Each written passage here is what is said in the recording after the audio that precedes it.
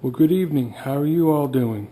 I hope you had a Merry Christmas and Santa Claus brought you all lots of go-fast parts for your race cars and street cars. It's Boxing Day night here. It's pretty cold outside, so it's a good time to start getting ready in the off-season. I have the transmission. I have a borrowed transmission in the car. Mine let go with 2 races left to go in the 2018 season. Luckily, a buddy of mine had a spare Power Glide, and he loaned it to me for 2 races, and now it's time to take it out and give it back to him and get mine repaired. These usually are not the type of videos I do. If you have watched my channel at all, you know that I just usually do videos at the racetrack of my car and my buddies' cars, and car show videos and burnout competitions that I attend and participate in, truck pulls, lawn tractor races, you know, all kinds of stuff. Redneck games we call them here in Canada. But a good buddy of mine that I met through YouTube, Chevy Foxbody 555, I agreed to doing a video on my car, and I do what I say I will do, so this is it. The quality is going to be pretty bad because I'm way out of my comfort zone talking on camera and showing my face or anything to do with me on camera. I just absolutely hate. But anyway, we'll give it a shot. What I have for a car is the exact year is unknown. It's a 4-eyed Fox body. It has a small block Chev underneath the hood. This combination here is 13-to-1 compression 355. Has Dart 220 heads, Scat forged rotating assembly, JE pistons, Giselle shaft rockers, Dart aluminum high-rise single plane, 850 Holly. This made 575 horsepower at A&J Automotive. Anyone who knows stock or super stock racing knows the A&J Automotive name. The other configuration with this car would be the exact same motor, other than put the thinner head gasket back in, which will raise the compression to 14-to-1 and run it on Q16 instead of avgas, and the 950 Holly HP carburetor, and that combination makes 600 horsepower. As the car sits right now, it's tuned to run 10 O's at 136 miles an hour. With the bigger combination, it will go 980s, but the car will not pass tech for 9 seconds. And I'd have to upgrade the roll cage, get a 7-layer fire jacket as compared to the 2-layer. Have to get 7-layer pants, shoes, and just there's a whole lot of work and expense just for those two tents. Just not worth it. Being a bracket car, it's not all about speed, it's consistency. The class we run in is Super Pro, which is $10.99 and quicker. The front suspension on the car is, it has an AJE tubular cross member, K-member I should say. The motor is held in place with a front motor plate and a mid motor plate. It has strange single adjustable coilover struts in the front. It has a 8-inch by 150-pound spring, which means it doesn't have a whole lot of travel, which will help keep the front end on the ground. It has aerospace front brakes. They're 4-piston drag race brakes. The transmission is a 2-speed power glide. It has a TCI Sportsman brake in it. It has an Ultra Bell and a TCI scatter shield. What else? The rear of the car, it is a mini tub car.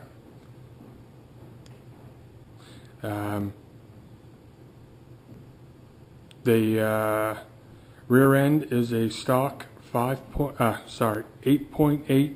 Can you tell how much I really hate narrating on camera? The rear end is a 8.8 Fox body rear end, stock width, other than 3/8 of an inch was taken off either side to allow for the C-clip eliminators. It has adjustable upper and lower control arms. They are from Competition Engineering. It has strange 10-way single adjustable rear shocks on the back. I'm running a 10-inch spring, and it is 110 pound rating.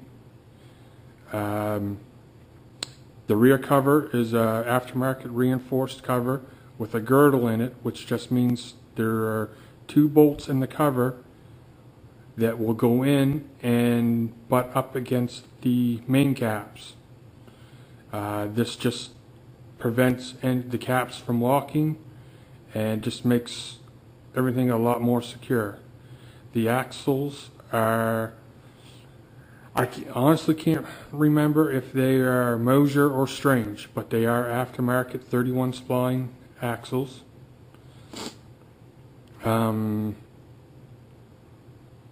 It has an a Bears Pro anti-roll bar in the back. Like I said, there's nothing special. This car right here just goes to show that you don't have to spend a lot of money to have a winning car and go fairly quick. I mean, this car here, there's people that I run against that in my class that go low 8s to a mid 7. Their motors are worth more than what I have in my whole car. But I can go out there and I can beat them, no problem. That's the good part of bracket racing. A lot of people don't like it, but it helps the average guy be able to go out there and be competitive and win. The only heads-up racing we do here is we have what we call a Pro Tree series, which means it's heads up, but it's on a dial-in basis. We have a 990, an 890, and a 1090 class. We have run this car in the 990 class with a throttle stop. If heads up just would not go over well here, strictly heads up, because if it came down to that, there's a handful of cars that would just rule. Anyway, I will get to work and get the transmission out of this car, and I may try and take some more video. Like I said, I'm a little bit out of my comfort zone doing this, but I told Chevy Fox bodied Powered 555 that I would do it, so I'm going to do it because I said I would. Alright, later. Well, here's a quick look underneath the hood. There sure is nothing fancy or exotic here, just your typical 23-degree small block Chev. This particular motor started out as a late 70s, early 80s 010 high nickel block. It now has aftermarket forged 4-bolt main caps. The rotating assembly is all scat. It has a 4340 forged crank, 6-inch H-beam rods, and JE pistons. The compression ratio at this moment is 13:1, and we run it on avgas with a 850 Holley. With this combo made 575 horsepower at the crank. The other configuration that I run this motor in is we put thinner head gaskets back in it, which raises the compression to 14:1. Run it on Q16 race fuel and a 950 HP carburetor. That combo makes 600 horsepower at the crank. The heads are old school 220cc Dart aluminum heads that have a ton of work and money invested in them. The cam is a comp cam, solid lifter. It comes in at roughly 670 with 1.6 ratio rockers. The rockers on this particular engine are Giselle shaft rockers. The carburetor, like I said, is an 850 Holley. We run a Holley black fuel pump and Holley regulator right there. The ignition is a MSD 6AL ignition box, blaster 2 coil, and a MSD billet distributor. This motor here really liked 40 degrees of timing on the dyno. I didn't want to go any higher than that, even though it was making more power, because the limit of avgas is 13:1, so I didn't want to risk detonation by going any more timing. The water pump is just your regular small block Chev water pump. Instead of going with an electric water pump, I just have the electric motor that drives it. The alternator is mounted down low on the front motor plate. That I made at the shop that I work at. It also has a mid plate holding the motor in.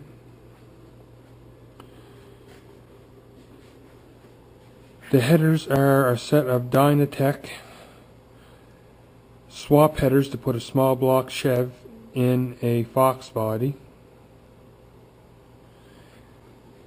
The aluminum radiator is out of my '68 Camaro. Not really sure what else to say about it. It's nothing typical or fancy. It has a 2-speed power glide transmission with an Ultra Bell and a TCI scatter shield. It has a 1.76 factory GM low gear set in it, and it has an ATI 8-inch Treemaster converter that was built specifically for the car.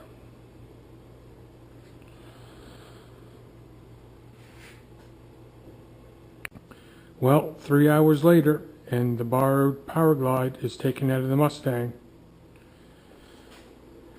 It wasn't that bad a job. It's just a bit of a pain that you have to take the headers and stuff off to get the transmission out, because they curl under the bell housing.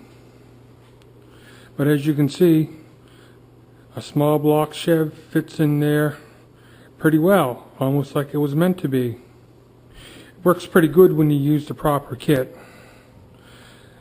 I have a AJE front tubular K-member, and in conjunction with that I have Dynatech swap headers. They're a really nice header. They fit really well. In my opinion, it's the only way to go. I've done it the other way, and building stuff is just not that fun and doesn't work that great. The front suspension is aerospace 4-piston brakes. They work pretty good. I would rather have Willwood or something like that, but these do the job. I have strange single adjustable struts. I got a pretty heavy spring on there. It's 8 inches, 150-pound spring. Being that short and heavy, it helps keep the front end on the ground.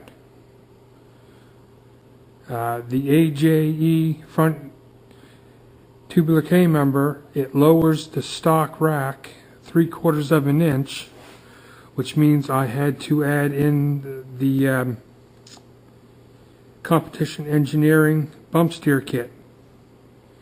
I know it's hard to see in there, it's pretty dark, but as you can see, the tire rod end had to be lowered down quite a bit to be on the same plane as the lower control arm.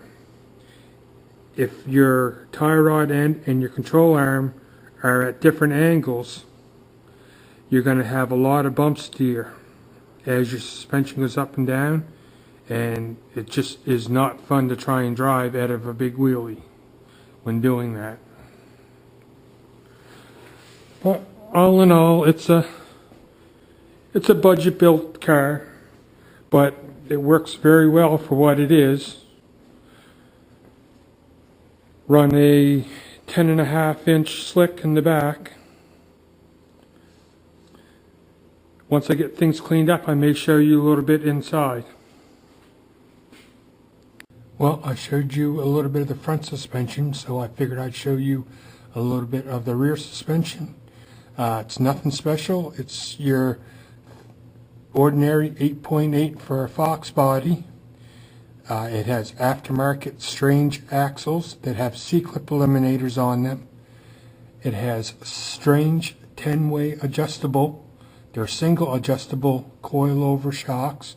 You can see the adjuster right there at the bottom. That is single adjustable, so it adjusts the compression and the rebound at the same time. The spring is a 10-inch by 110-pound coil. There's a, you can see the sway bar link there. This is a Bears Performance Pro anti-roll bar. Sorry about the lighting. It is what it is. Also, the rear end cover, as you can see, is aftermarket, and those two bolts you see, they act as a stud girdle and go in and put pressure on the caps for the spool, because as the pinion is rotating the crown gear, it's trying to push the crown gear and spool out. Other than that, it has adjustable lower and upper control arms. Like I said, it's pretty basic, but it's what works for this car. Well, here's a quick shot of the interior of the car. Right there are your gauges. That's oil, water, and volts. The red light is a oil pressure warning, low oil pressure warning light. That's on a 15-pound switch. So when the oil pressure gets as low as 15 pounds, the warning light comes on, and that $30 light saved a $12,000 motor earlier this year when we lost oil pressure. There's your tachometer, and shift light. The shift light is used. You can preset it to come on at a certain RPM if you are manually shifting the car, which we don't do. We have an electric Dendenbear electric shifter. Right there you have, it's nothing special. These are old school stuff. That's a RTD7 Dendenbear delay box that operates the trans brake. Then you have a Dendenbear RPM activated switch that runs the electric shifter, so that will shift the transmission at a preset RPM, which we are shifting at 7600. Over there you have your 3-step rev limiter control module that allows for 3 separately independent rev limiters. You have your top end, then the other one is activated with the trans brake. While the trans brake is on, that one I have set at 4600 right now, and the other one is for when the line lock is activated. That is 6000, and the top end one is 8200. Over there is the old school MSD 6AL ignition box. These stuff are old school stuff, but they still work and get the job done. Down there you have the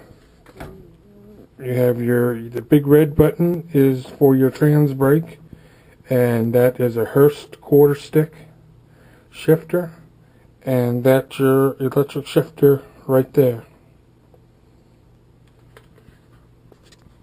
Sorry for the lighting, but as you can see, the car is mini tubbed, and basically everything from the seat back is a fabricated floor with fabricated sheet metal frame rails. That there box, that encloses the fuel cell, and other than that, there's just nothing fancy. The roll cage is an 8-point roll cage.